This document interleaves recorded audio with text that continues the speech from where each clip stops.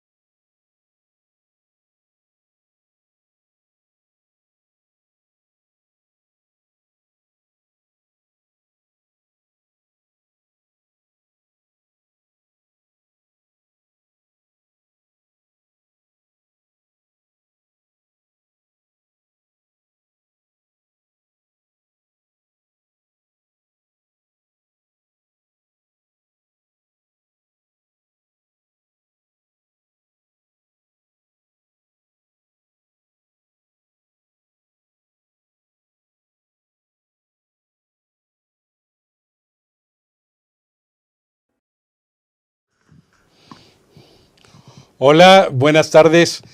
Bienvenidos otra vez a Gabinete en la Sombra. Pues los tambores de guerra no dejan de sonar ahí en la lejana Ucrania y Rusia, pero parece ser que la aldea global nos hace ver que esas cosas un día lejanas ya están mucho más cerca de lo que creemos y pensamos.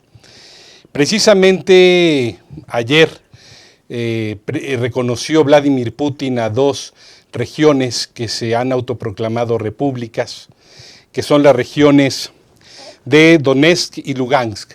La primera es una zona importante metalúrgica y la segunda es una zona rica, muy rica en carbón. Además, también debemos de comentar que Ucrania es uno de los lugares fundamentales para la alimentación del mundo, es uno de los graneros de Europa, es una región muy rica en minerales y esta región además, según Vladimir Putin, ayer fue constituida en país desde la Unión Soviética. Los conflictos recientes se originaron en Crimea, al anexarse Vladimir Putin ese territorio a Rusia. Crimea, Nikita Khrushchev la cedió a Ucrania en su momento, porque pues yo creo que nunca pensó que iba a llegar el fin de la Unión Soviética. Y Ucrania es fundamental también para el espacio vital y para la zona de influencia de Rusia, ya que por ahí invadieron un día Napoleón y hasta Hitler. También en esa zona se encuentra en Ucrania Chernobyl, aquel gran desastre ecológico, quizá el más grande de la historia reciente provocada por el hombre. Pero para hablar de todos estos temas, hoy nos acompañan dos personas que además de ser grandes conocedores de sus temas y ser geniales amigos y miembros de Gabinete en la Sombra, son además personas de gran prestigio académico nacional e internacional. En primer término quiero presentarles al doctor Tomás Miklos. Doctor.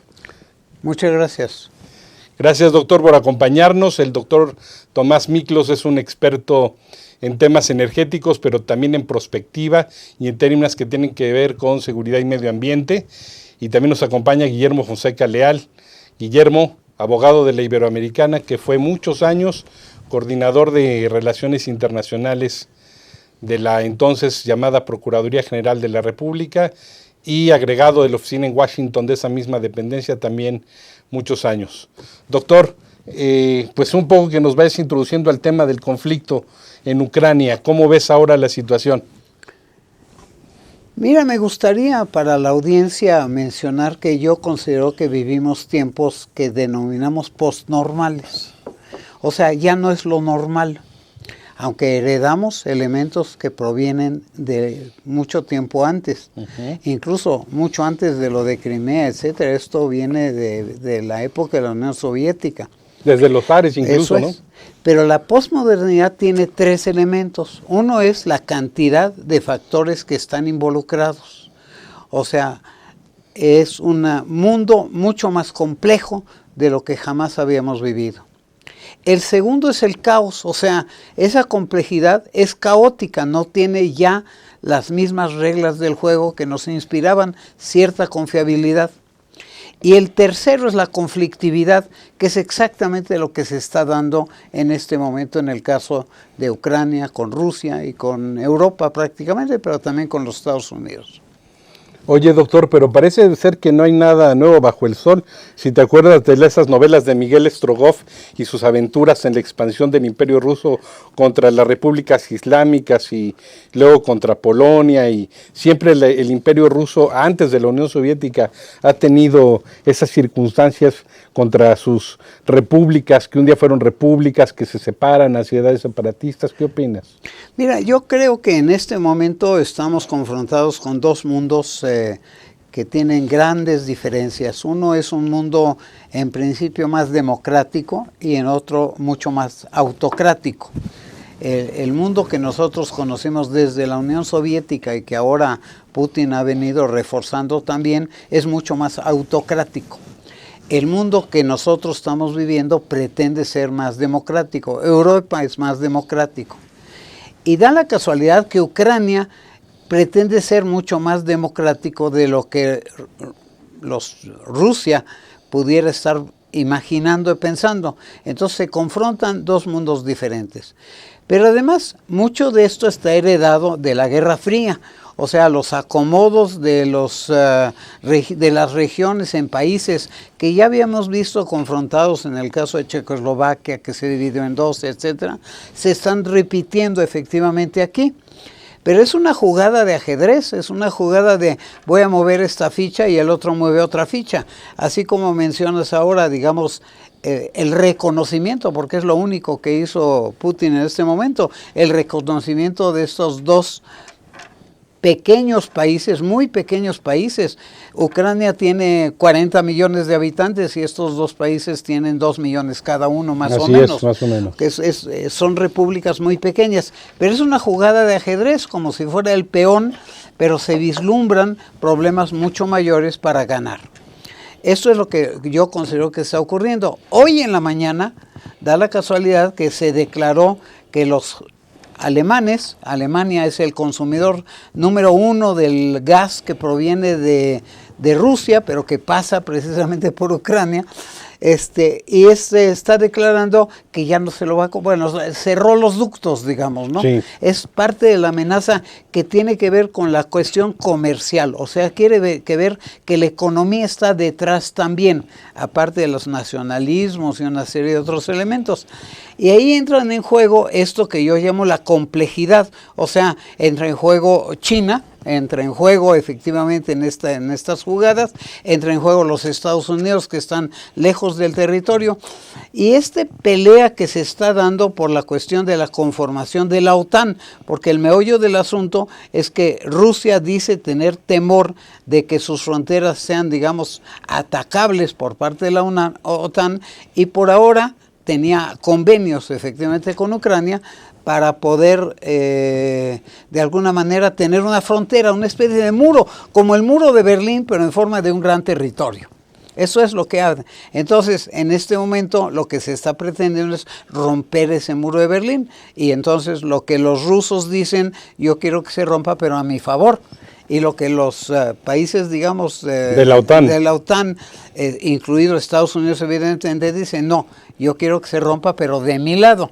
Y ahí viene la cuestión del reconocimiento que se había acordado que no se daría para que Ucrania formara parte de la OTAN.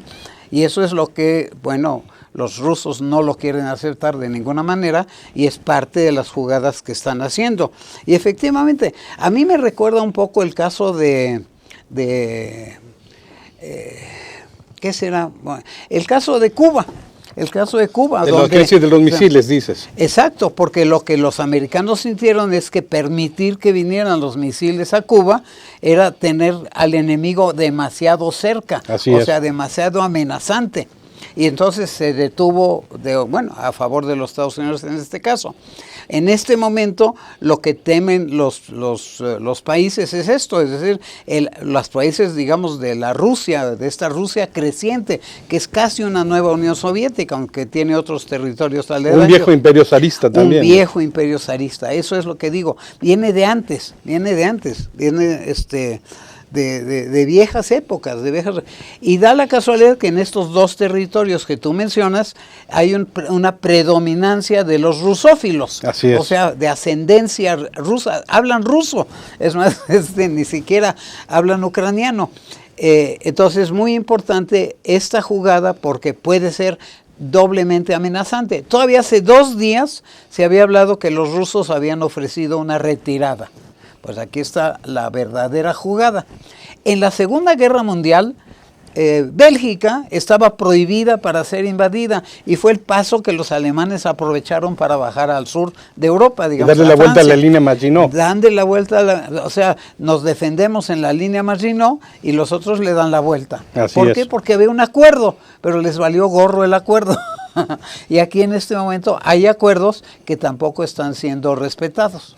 Oye, Doc, mencionaste tú también Estados Unidos y quiero que aquí Guillermo Fonseca nos diga, pues obviamente hay jugadas en el tablero electoral de Biden aquí, pero como dice el doctor Miklos, las jugadas en el tablero de ajedrez geoestratégico mundial, pues parece que Putin está llevando la delantera y después de Afganistán, si Joe Biden fracasa otra vez frente a esta vez Putin, pues yo creo que va a ser algo muy penoso para él en los próximos comicios. ¿Cómo ves tú, Guillermo, todo ese tema?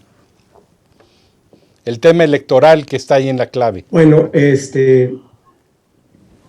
sí, mira, desde mi punto de vista, creo que está un poco inestable mi internet, pero bueno, desde mi punto de vista, para Biden es muy importante qué es lo que va a suceder, para el presidente Biden lo que va a suceder en en esta crisis, por varias razones. Por un lado, como lo comentaba hace un momento, se ve a una política exterior debilitada del presidente, interior y exterior del presidente Biden. Es la oportunidad, podríamos decir que es una oportunidad de recuperar confianza en sus decisiones en política exterior, tanto en el nivel interno con sus aliados en la OTAN, particularmente después de lo sucedido con Afganistán, con el retiro de las tropas en Afganistán, en donde sus aliados en la OTAN lo vieron como un movimiento no consensado, no diplomáticamente no planchado, y en donde perdió muchos puntos. Hay que recordar además que Ucrania en la política estadounidense y particularmente en la vida diplomática y política del presidente Biden ha sido muy importante. Podemos recordar por lo menos recientemente las acusaciones que hubo sobre la participación de Hunter Biden en la empresa de energía de Ucrania, las acusaciones e imputaciones sobre casos de corrupción, la supuesta presión que hubo en contra del presidente ucraniano y cómo fue utilizado en la campaña del presidente Trump. Entonces son elementos que me parece de política, pero también son sensibles para el presidente Biden, histórica, personalmente, y desde luego frente primero a los comicios de medio término para la, renovación de la Cámara Baja y de la mitad de la Cámara de Senadores este año, y bueno, desde luego lo que va a suceder en 2024 frente a la elección presidencial. Oye, Doc, pues como dice Guillermo, hay jugadas multidimensionales, pero yo quiero comentar algo. Fíjate, doctor, que un día Guillermo en Washington me invitó a comer a un restaurante, que es donde arreglaron precisamente ahorita que mencionabas la crisis de los misiles de Cuba, que arreglaron ahí las verdaderas intenciones de Rusia en ese conflicto que fue que Estados Unidos se retirase de sus misiles en Turquía. Pero para que no se viera que era como una cesión, lo hicieron posteriormente. ¿Hay todavía analogías en eso o nos podemos remontar a cuando Estados Unidos no se desentendió más bien de los tejanos que un día se quisieron separar de México y fueron 2 años independientes, luego se unieron a Estados Unidos y luego en la guerra de secesión se separaron de la Unión para otra vez volverse después de la guerra de secesión otra vez un estado más? Y ni qué decir de Yucatán y las Honduras británicas. ¿Qué nos dices de todo eso, Doc? Esos tableros los usan, esas jugadas en el tablero las usan siempre las potencias o los países que pretenden ser imperios, ¿no, Doc? ¿Cómo ves? Mira, primero tienes razón y tenemos que recordar incluso el caso de México porque efectivamente fue una pues una situación en donde se preguntó a la sociedad qué es lo que querrían y decidieron de alguna manera la independencia, que es lo que están ahorita pretendiendo precisamente en Rusia, bueno, en Afganistán, perdón, en Ucrania. en Ucrania.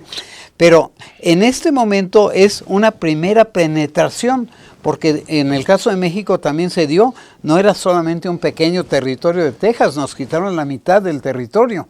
O sea, es primero Texas, luego la otra mitad. Todo, 9 años pero después. además comienza con una especie de reconocimiento de una independencia y luego se asimila.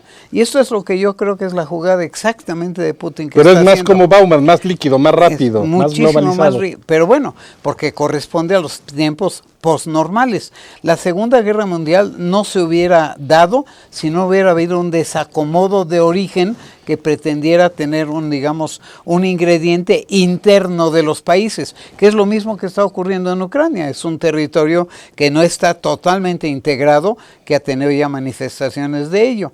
Y me gustaría citar, acompañando el comentario, Estados Unidos le ha gustado hacer desde entonces guerras fuera de su territorio y siempre le ha ido mal. O sea, eso es Vietnam, Afganistán. Eso es Vietnam, es Afganistán. Eso es un ejemplo de que le puede ir muy mal. Pero aquí el verdadero perdedor de todo este asunto es Europa. Europa tiene ahí y yo creo que habría que contemplar esto no como un fenómeno local, sino como un fenómeno muy mundial, muy general, muy holístico, le denominaría yo, esta cuestión de la totalidad, porque ahí es donde entran en juego los intereses comerciales y económicos, etcétera, por ejemplo, del vínculo entre Rusia y China, que normalmente ha sido pues también muy beligerante, digamos, pero que ahora hay un interés, acaba de tener una visita de acuerdo, vamos a llamarle.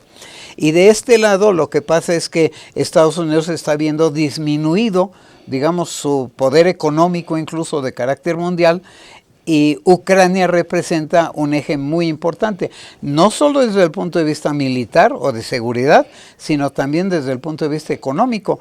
Ucrania es uno de los países más ricos del mundo en materia de ciertos metales, incluso metales raros, extraños, que de repente titanio y cosas por el estilo. Una producción de granos también.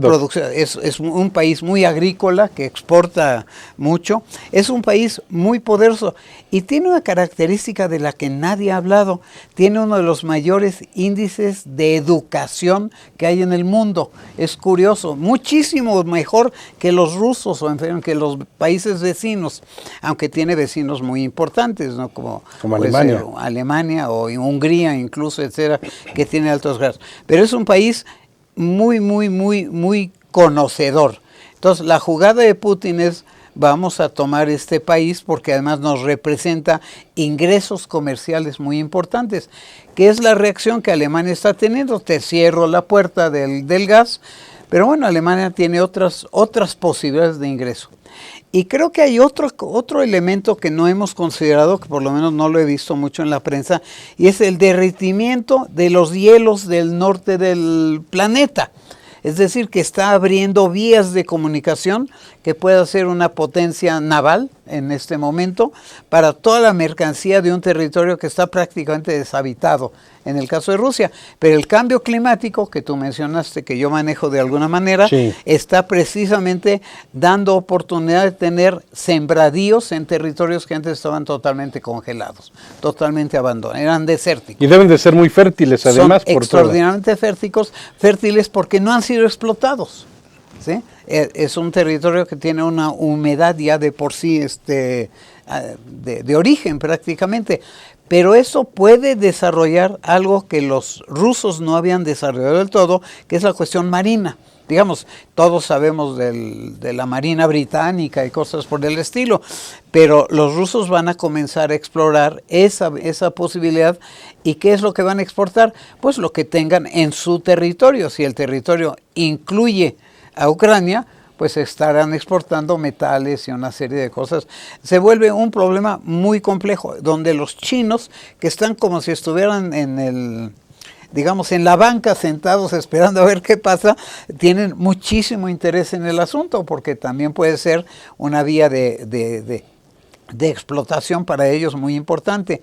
Y bueno, habemos otros países, como el caso de México, que estamos esperando a ver qué pasa, pero no nos estamos preparando para ello tampoco. Oye, Doc, para el caso de México y América Latina, parece que la atención del conflicto, no el conflicto en sí mismo, si llegara a subir todavía de nivel en términos bélicos, pero parece que mantiene para la región latinoamericana y del Caribe, que somos exportadores de materias primas, mantiene los precios altos. No obstante, también en México, por ejemplo, somos grandes consumidores de gasolina. Producimos mucho petróleo, pero importamos mucha gasolina. Sí. ¿Qué opinas de eso? ¿No Sí. sería tan conveniente? No, yo tengo la impresión. Bueno, hay pros y contras, ¿no?, en todos estos elementos. Uno de los contras es que nosotros importamos más producto caro, como es la gasolina, Sí. y exportamos un producto que es relativamente barato, que es el petróleo. Aunque llegaría Además, a $120 el barril. Sí, pero de todos modos es el petróleo menos deseado, no es el mejor petróleo que ellos pueden tener. Por eso hasta compramos una refinería allá. Así es. Pero requiere para poder hacer la refinación, requiere de una mezcla adecuada de fuentes, digamos, de petróleo. Y esto es lo que nosotros también estamos importando, petróleo, y estamos importando gasolina y gas, sobre todo. Entonces, para México puede ser negativo porque estos elementos se van a encarecer. O sea, van a devenir cada vez más caros en el mundo. Y si importamos gasolina cara, pues no va a haber otro remedio que subir el precio de la gasolina, porque no hay de otra. Ahora, el precio de la gasolina en México tiene efectos muy contraproducentes en materia del costo de la vida en general, Así es, claro. En materia de la elevación de otros muchos productos que se derivan del transporte y cosas por el estilo. Entonces, sí es un peligro. Por otro lado, si es una economía de guerra, puede ser un país que logre exportar cosas que se requieren en uno de los beligerantes, y uno de los beligerantes son los Estados Unidos. Bueno, también Europa, evidentemente, pero es probable que nosotros podamos, digamos, levantar el precio de las tunas y del aguacate y cosas por el estilo en vista de un alto consumo, porque aquellos no lo van a poder producir. Pero incluso en materia de transporte se va a requerir transporte. Y en este momento México tendría una oportunidad muy importante de desarrollar el transporte eléctrico, por ejemplo, ¿no?, que será muy importante para el futuro. Mientras que aquellos están ocupados en economía de guerra, nosotros pudiéramos exportar incluso elementos para la economía Como de pasó guerra. con el milagro mexicano en la Segunda Guerra Mundial. Exactamente. Sí. Guillermo, quiero que un poco ahondes o expliques cuál fue el tema que pasó con el hijo de Biden y esta empresa ucraniana. Guillermo. Perdón, es que te escuchamos perfecto, te escuchamos perfecto. O el internet. Te escuchamos perfecto. ¿Cuál fue la pregunta, perdón? Que ahondes un poco en el tema de Biden, del hijo de Joe Biden y de la empresa ucraniana y ese affair que hubo ahí. ¿Sí me escuchaste, Guillermo? Como recordaremos, como se puede. Sí, te escucho. Como se recordará, fue precisamente uno de los instrumentos durante la campaña del expresidente Trump en contra del presidente Biden, la existencia de conflicto de interés o corrupción en la intervención de Hunter Biden en los asuntos de una empresa ucraniana.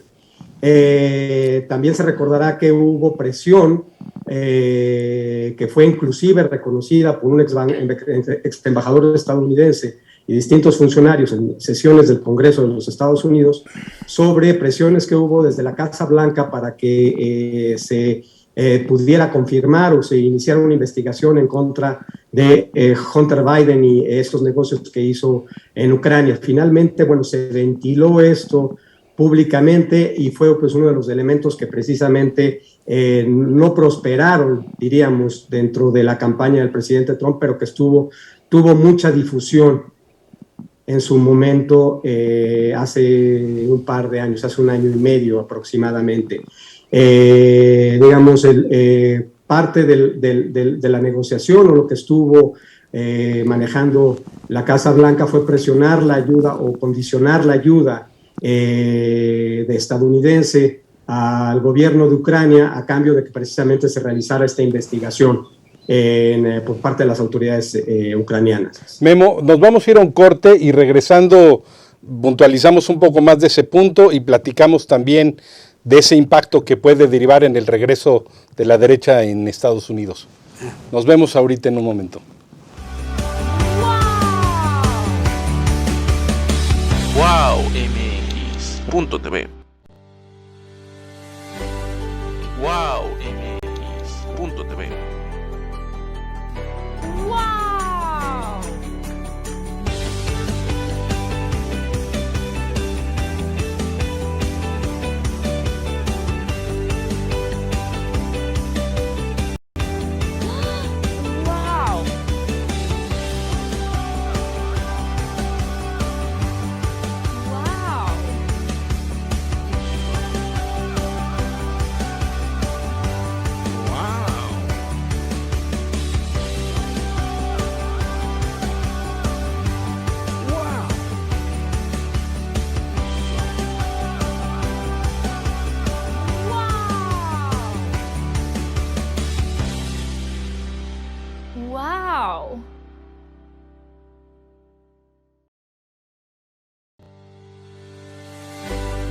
Wow MX.tv. Wow. Wow.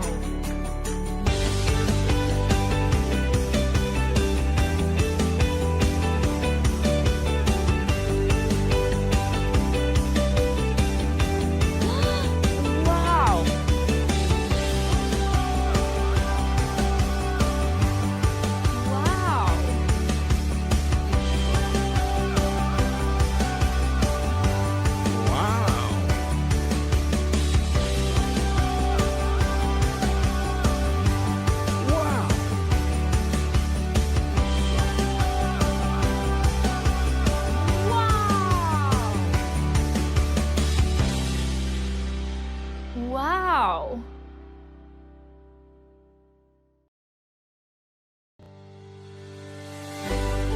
Wow MX.tv. Wow. Wow. Wow.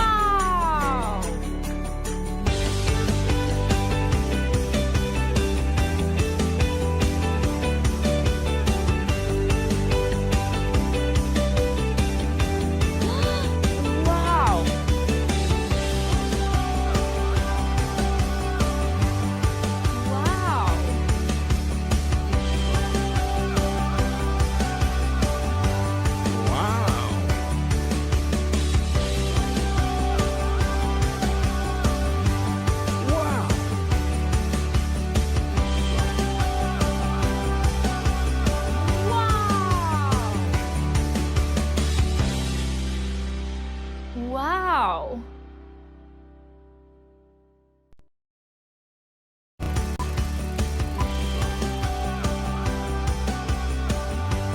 Wow MX.tv.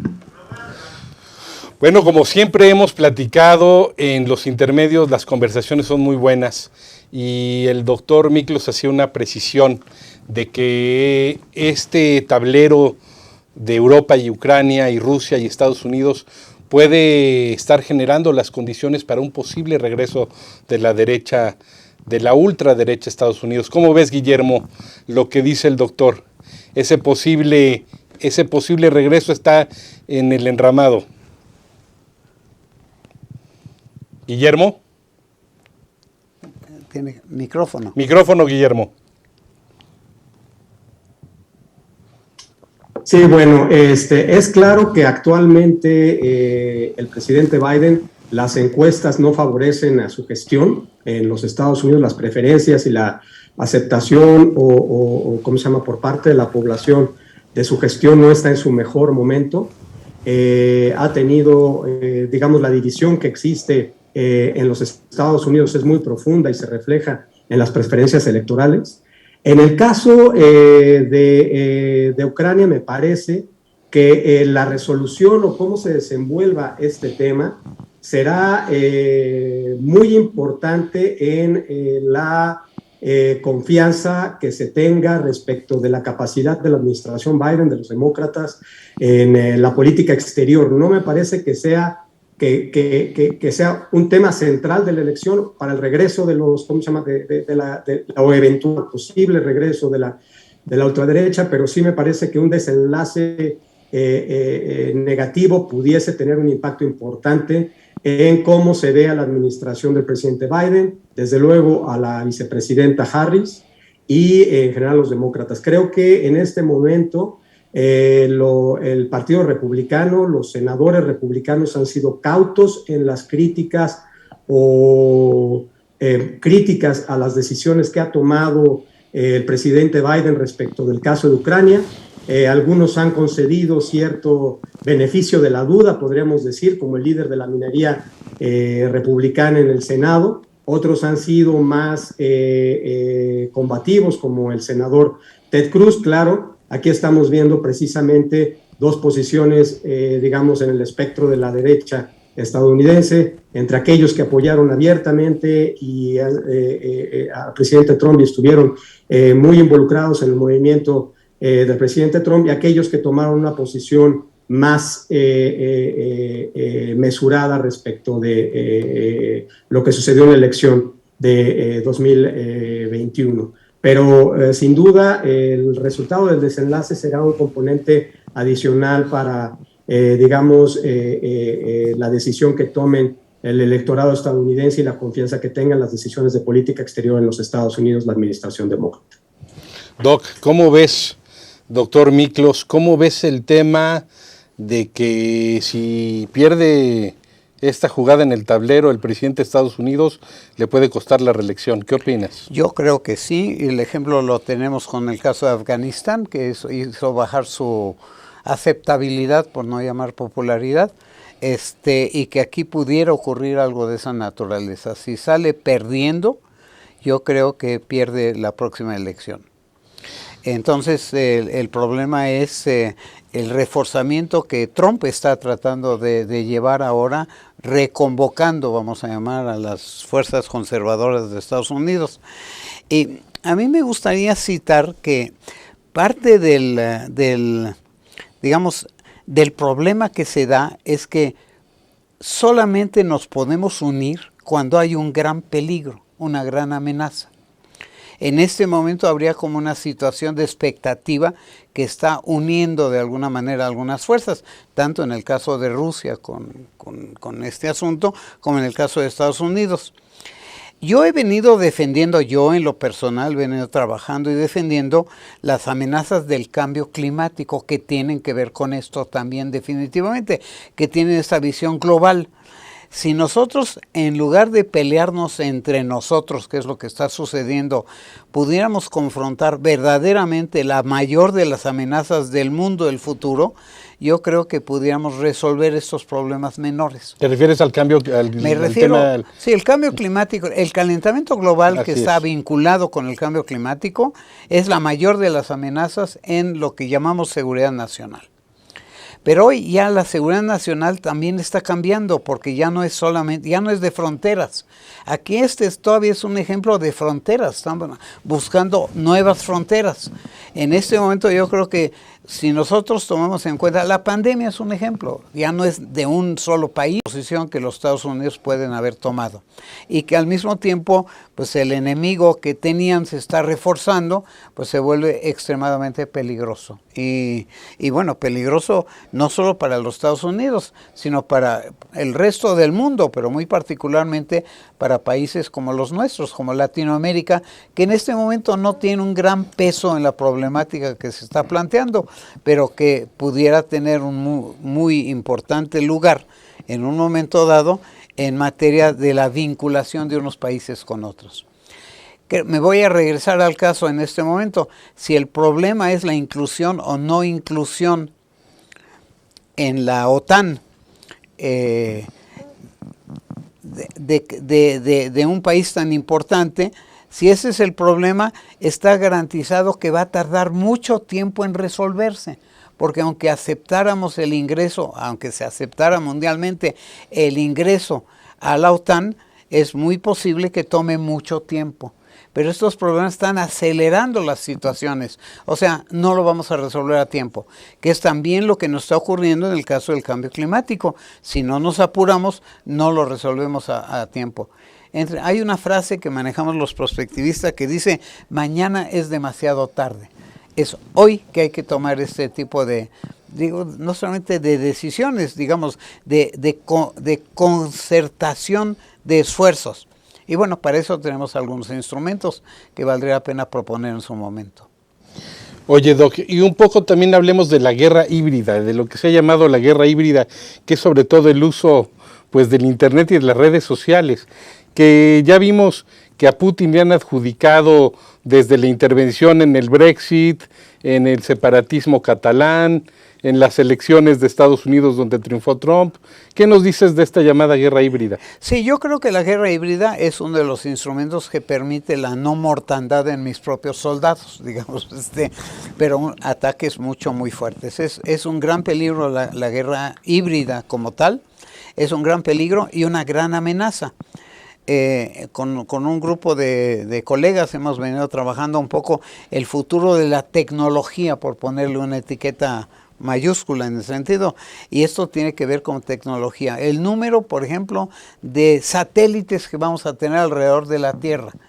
Número de satélites que en este momento sirven para tomar fotografías, para tener información, etcétera, pero que también pueden llevar cosas, entre otras bombas. Y me llama la atención que en este momento tampoco se ha discutido la amenaza nuclear. O sea, estamos hablando de una guerra en armas más o menos convencionales, pero no se ha hablado en este momento del gravísimo problema. Y sí hay un escenario que a mí me presentaron muy claramente, ¿qué pasaría si se vuelve una guerra, una verdadera tercera guerra mundial con armas atómicas, o sea, pero además mucho más sofisticadas de las que conocemos en este momento? Ahí sí nos olvidamos de cambio climático y de cualquier tema así. Es más, sería la destrucción. Sería la destrucción total de la humanidad. Total, porque las repercusiones de una guerra atómica en este momento, como fue Chernobyl, o sea, no solamente afectó una zona, sino que realmente impactó sobre muchísimos otros elementos. Lo mismo nos pudiera ocurrir, y es uno de los escenarios posibles, vamos a ponerle, no probable, en este momento no parece, pero posible. Imagínate que uno de los dos beligerantes, o de los tres, si metemos a Europa en medio, decide que sí, que hay que hacer una guerra atómica. Entonces se vuelve esto verdaderamente catastrófico. Yo en lo personal, en mis posibilidades, no probabilidades, sino posibilidades, no creo que haya una tercera guerra mundial. Si es, para allá va la pregunta un poco, ni de materia cibernética, ni de manera armamentista.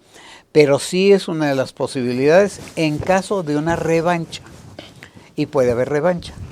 Yo estoy seguro que estoy casi seguro que si en este momento en lugar de Biden tuviéramos a Trump como presidente, su actuación hubiera sido totalmente diferente. Y probablemente hubiera adquirido muchísima más popularidad porque se dio en la Segunda Guerra Mundial. O sea, los que eran enemigos tradicionales se volvieron compañeros, se volvieron colaboradores los unos con los otros. Entonces la resistencia comenzó a penetrar. En la resistencia es lo que se está dando exactamente en Ucrania. Esta parte, digamos, rusófila, estos dos grandes territorios rusófilos, no es otra cosa que la resistencia, es decir, queremos ser independientes. Pero el de allá arriba no quiere que seamos independientes, quiere que por lo menos seamos una frontera y quiere asegurar que no seamos dependientes a corto plazo. La OTAN puede tardarse mucho, nada más los procedimientos burocráticos que eso requiere son largamente tardados. En manejo de cambio climático más o menos lo hemos venido viendo por muchísima, digamos, protesta y sensibilización, etcétera, no ha logrado concertar las acciones necesarias. Bueno, aquí tampoco lo va a lograr ahora. Yo creo que va a haber una especie de guerra de guerrillas. Vamos a ponerle una etiqueta más latinoamericana. En este momento sí creo que hay una guerra de guerrillas, va a haber fronteras que pueden moverse, como es el caso que citamos nosotros de Texas y los otros territorios aledaños que se llevaron muchísimos más territorios de los que estaban en cuestionamiento. Yo sí creo que se puede dar. En el corto plazo, no creo que sea en el corto plazo, porque yo creo que todos saldrían perdiendo. Ahí está una de las exportaciones, una de las riquezas más importantes, uno de los ingresos más importantes de dinero de Rusia es el gas que le vende a Europa. Así de sencillo. Europa puede conseguir gas mucho más caro si viene de Estados Unidos, que ya lo está enviando en sus barcos. Y de los países árabes, que son tradicionalmente exportadores de gas y de petróleo y de gasolina. Yo creo que en este momento sí hay una cuestión de la informática que se incrusta, pero que no necesariamente llega a la guerra híbrida que estás manejando. Pero de que hay ataques siempre los ha habido. Los hay aquí mismo en nuestro país, hay una gran cantidad de ataques permanentemente. Bueno, esto se puede dar, está en las posibilidades. Probabilidades, en muchos casos sí. No creo que sea muy probable porque alguien tiene que ganar y si todos pierden, pues nadie gana. Dos elementos que quisiera que considerásemos es uno, que las guerras mundiales han comenzado y grandes conflictos de la humanidad han comenzado con hechos que son supuestamente aislados. Recordemos el asesinato del archiduque Francisco Fernando en Sarajevo. Recordemos también que ya la Segunda Guerra Mundial se cocinó primero con la anexión de Austria y luego con la de los Sudetes, el desmantelamiento del entonces Checoslovaquia y la apropiación de los Sudetes y la creación de un estado satélite Eslovaquia a los nazis.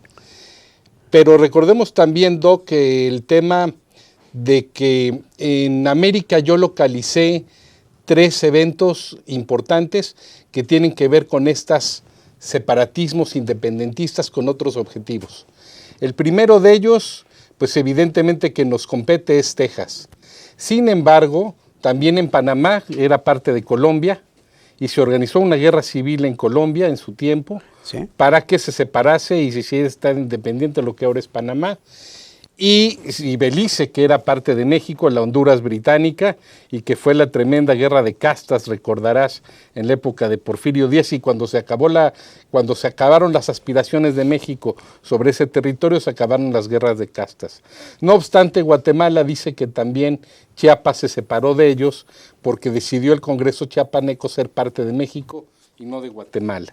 Entonces también vemos que en este lado del hemisferio hay muchos, aparte de Texas, hay muchos de esos separatismos, y ni qué decir de los que se intentaron hacer los filibusteros cuando quisieron independizar Sonora y no lo lograron porque fueron derrotados por los sonorenses y el ejército mexicano entonces. Pero ha habido muchos separatismos de este lado del hemisferio, Doc. Háblanos un poco de esos dos puntos, tanto de esos separatismos como de que cualquier mecha puede incendiar la pradera. ¿Cómo ves? Bueno, tenemos amenazas incluso de naturaleza nacional. En algunos momentos no se ha hablado mucho de ello, pero hubo amenaza de comprar la península de Baja California, así, de comprar la península de Yucatán, o sea, de hacer un separatismo. Si en un momento dado resulta que es conveniente para alguien, sobre todo del exterior, pudiera haber una especie de estrategia de esa naturaleza, entre otras cosas, por estar cerca de los Estados Unidos. O sea, porque nosotros finalmente somos frontera con Estados Unidos y somos sumamente atractivos. Durante la Segunda Guerra Mundial estuvimos a punto de vincularnos con los alemanes. ¿Sí? O sea, decidimos efectivamente quedar de este lado y apoyar con un pequeño escuadrón a los Estados Unidos. Bueno, y las materias primas enormes y la mano de obra, ¿no? Pero es un poco lo que manejábamos hace un año. En economía de guerra, esto es muy importante, las materias primas. Y la mecha, que cualquier cosa puede encenderla, como pasó en Sarajevo. Cosa, claro. Puede incendiar la pradera, Doc. Puede incendiar la pradera, puede crear la destrucción total de la humanidad. Pero parece ser que en el corto plazo no lo avisoramos. Guillermo, ¿estás otra vez con nosotros? ¿Por aquí nos ves ya? Guillermo, sí, por aquí. Oye, un poco también, ¿cómo ves ese tema de lo que menciona el doctor, que quizás si hubiera estado Trump en la presidencia, ahorita estaríamos en el umbral de un conflicto? Sin embargo, Trump era muy cercano a Vladimir Putin, incluso se habló de una alianza, de que lo ayudó a ganar las elecciones. ¿Tú coincides en ese punto? ¿Crees que si este conflicto se hubiera dado, si Trump hubiera sido presidente, o no crees que hubiera sucedido que Putin hubiera hecho estas jugadas con Trump de presidente? ¿Tú cómo ves ese tema? Mira, digamos, estos elementos que se han difundido sobre ese posible vínculo, complicidad entre ambos, me parecería que coincidiría con que sería remoto, que no sería, o que parecería que no es posible que hubiera habido un enfrentamiento y que hubiera habido alguna salida o se hubiera dado de otra forma. Pero me parece que en la manera en la que ha evolucionado el discurso del presidente Trump, la manera en la que o que en su momento evolucionó el discurso del presidente Trump, me indica que coincido con el doctor, que en este momento tal vez frente a las elecciones del Congreso y frente a una, digamos, y la evolución política de la, como saben, en Estados Unidos, podríamos estar viendo un discurso más radical de parte de Trump y de sus aliados en las cámaras y en otras instancias. Me parece que sí pudiese haber, sí, podríamos estar viendo algo más serio, algo más peligroso de lo que estamos viendo en este momento. Doctor, ya para encaminarnos y a manera de conclusión, doctor, ¿qué opinas? ¿El tema se va a acabar pronto? ¿Se va a descompresar el conflicto? ¿Se va a reeditar una nueva guerra fría? ¿O siempre ha existido eso desde que estaban los zares? Y entonces era Inglaterra, no Estados Unidos, la potencia occidental dominante. A ver, en mi opinión, claro, el gran temor es que esto no se arregle pronto. O sea, pero no quiere decir que se apague. Quiere decir que se va a mantener de alguna manera una especie de tensiones permanentes, de conquistas de territorios y de desarrollos que en este momento no podemos ni siquiera imaginar. O sea, incluso con la rapidez con la que se están dando los cambios en materia de política, en materia de tecnología, todo, puede haber sorpresas que en este momento no podemos imaginar. Por eso hacemos ejercicios de imaginación, o sea, de qué pudiera pasar si. Y en un momento dado eso nos permitiría, por eso la prospectiva es útil, eso sí pudiera aportar para poder ver qué nos conviene a todos en conjunto, siempre y cuando logremos cuál es lo que nos puede convenir a todos en conjunto. En este momento no se está dando. O sea, lo que le conviene a Rusia no es lo mismo que le conviene a Estados Unidos, incluso lo que le conviene a China no es lo mismo que le conviene a Estados Unidos y tampoco a Rusia en este momento. Pero bueno, hay vínculos. Sin embargo, con lo que dice Guillermo, yo creo que en política, en esta materia de política y a lo mejor hasta de preguerra, no hay amigos. O sea, no se trata de amigos. Claro. Hay intereses, hay, digamos, búsqueda de poder y búsqueda de un crecimiento de naturaleza económico, incluso ni siquiera masivo, no es de la población como tal, sino de los que coordinan de alguna manera la toma de decisiones en cada una de estas entidades. Y bueno, los conocemos, ahí están como amenazas en un momento dado. También debieran estar como oportunidades, pero no lo hemos hecho. Y yo creo que pudiera hacerse. Pero en fin, sería como, en prospectiva le llamamos el futurible, el mejor de los futuros posibles. O sea, en este momento la cuestión se ve extremista hacia lo catastrófico. Sin embargo, hay quien sueña con la utopía. Entonces, lo que hay que buscar es precisamente esos elementos de interés común que nos permitan, de alguna manera, trabajar en conjunto hacia una meta determinada que nos sea beneficiosa. Es ganar, ganar, no perder, perder, o incluso que uno gane y el otro pierda. Bueno, y yo creo que, Guillermo, si nos quieres dar una breve conclusión, porque ya el doctor, yo creo que pues muy bien muy bien ha cerrado ya el tema también. Bueno, desde mi perspectiva, lo que yo tengo un poco de experiencia y conocimiento, me parece que pues las próximas horas van a ser muy importantes en cómo va a evolucionar digamos, esta crisis o este tema, cómo se van a ir implementando las sanciones que están ya anunciando, que anunció hace una hora o 2 horas el presidente Biden, lo que anunció también la Unión Europea y el gobierno alemán, el gobierno de Reino Unido. Y pues bueno, parecería, bueno, desde mi punto de vista, que es poco predecible cuál va a ser, digamos, los siguientes pasos que tomarán el gobierno ruso.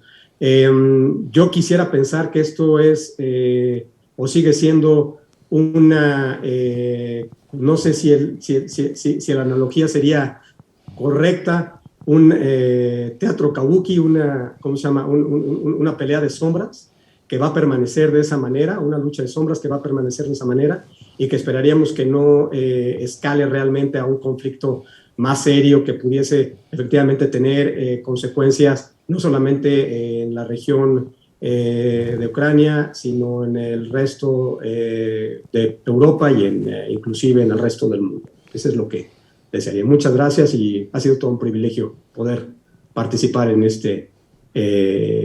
esta discusión. Gracias. Gracias a ti, Guillermo, gracias, doctor. Y yo desde mi punto de vista creo que no hay nada nuevo bajo el sol. Las grandes potencias actúan siempre de la misma manera. Todo cambia para que todo siga igual. Y si no hay fin del mundo, nos vemos en el siguiente Gabinete en la Sombra. Muchas gracias, Guillermo. Muchas gracias, doctor. Enhorabuena. Gracias. Y buena suerte.